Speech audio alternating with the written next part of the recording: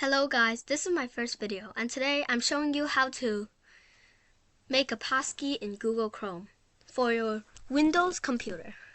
So first up, open Chrome,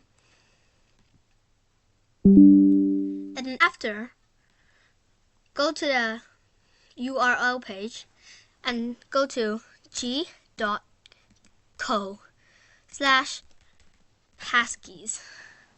Then hit enter. And there, press the option that says create a passkey. There, you will see that you can create a passkey here. You can try it out right now. And you can create a passkey for your device.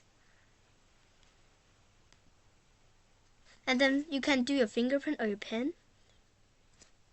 And it will say, do it. And it will say that the passkey will be created. But my one, I already created it. So yeah, there you have it. Please like and subscribe and hit the bell icon if you want. You don't need to.